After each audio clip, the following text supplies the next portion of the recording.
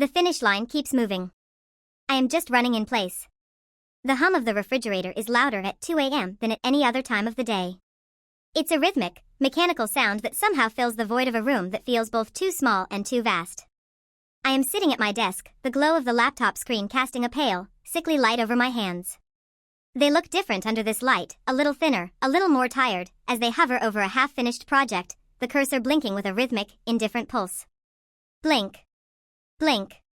Blink. It is intent. It is a reminder that while I have been sitting here for 4 hours, laboring over the same 3 paragraphs, someone else, someone I know, someone I follow on a screen, has likely already finished, edited, and moved on to something else. I know the math of my own life. I see the effort I put in. I see the late nights, the discarded coffee cups that have piled up like architectural debris on the corner of my desk, the way I hold my breath when I'm trying to solve a problem. I am putting in the raw labor. I am sacrificing the things I'm supposed to sacrifice. But the output, the actual substance of my progress, remains stubbornly, achingly stagnant. It feels like trying to run through waist-deep water while everyone else is sprinting on the track. I watch them glide, their movements fluid, effortless, and I am here, lungs burning, knees scraping against the hidden resistance of my own mind. There is a specific kind of vertigo that comes with this. It isn't just jealousy. It's a quiet, cold realization that maybe the rules of the game are different for me. Maybe there is a gear I am missing, or a friction in my internal machinery that I can't locate, no matter how much I dismantle the parts. I remember watching my colleague, Sarah, breeze through a presentation deck earlier today. She didn't pause. She didn't triple-check the font size or obsess over whether the tone was too much or too little. She just opened it, presented it, and the room seemed to tilt in her favor. I, meanwhile, had spent the entire morning agonizing over the color of a header. I felt the weight of every choice, as if each decision was a brick I was laying to build a house that I was terrified would collapse under the slightest pressure. I wanted to be that fluid. I wanted to possess that terrifying, beautiful confidence that says, this is enough. But for me, enough is a phantom. It disappears the moment I reach for it. The urge to be recognized, to have someone, anyone, walk into this room and say, I see how hard you're working, and that counts for something, is a low-level ache in my chest. It's pathetic, really. It's the need for validation acting as a substitute for actual momentum. I tell myself I don't need the applause, but then I find myself checking the timestamp on a message, wondering why they didn't react, wondering if my silence is being interpreted as incompetence.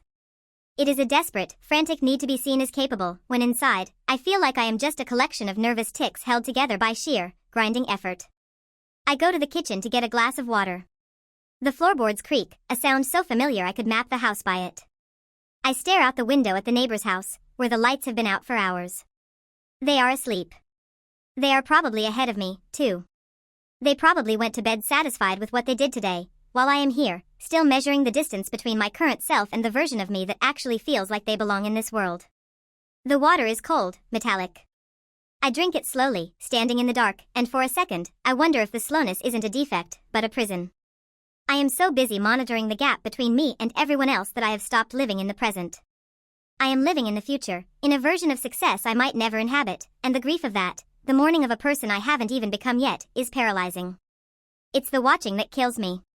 We are all living in a museum of other people's achievements, scrolling through snapshots of their best days while we are caught in the middle of our own unglamorous, repetitive middle. I look at my reflection in the darkened window. I look tired. My eyes are unfocused, looking past the glass, past the street, into some void where I'm imagining everyone else is living. I don't hate them. I don't even hate myself. That would be too easy, too dramatic. It's just this hollow, heavy feeling of being out of sync with time itself. It's like being in a conversation where everyone else is speaking a language you only half understand, and every time you finally manage to construct a sentence, the conversation has already moved on to a completely new topic. You are left standing there, mouth half open, holding a thought that no longer matters. I walk back to the desk. The laptop is still there. The cursor is still blinking. I sit down. I don't feel inspired. I don't feel like I'm about to have a breakthrough. I feel small, and I feel like I am fighting a war with a clock that I didn't set. I start to type again, the sound of the keys clicking in the quiet room like the ticking of a bomb that never actually goes off. I am tired of the effort, but I am more afraid of the stopping. Because if I stop, I have to face the possibility that the gap isn't closing. That the distance between me and them isn't something I can run off. It is just the way it is. I look at the empty space on the desk. I think about the people who are asleep, the people who are ahead, the people who seem to move through life without this heavy, leaden resistance in their limbs. I wonder if they ever sit in the dark and realize how much of their life is just in performance for an audience that isn't even watching. I keep typing. Not because I'm winning. Not because I'm gaining ground. But because I don't know how to exist without the pretense that I am catching up.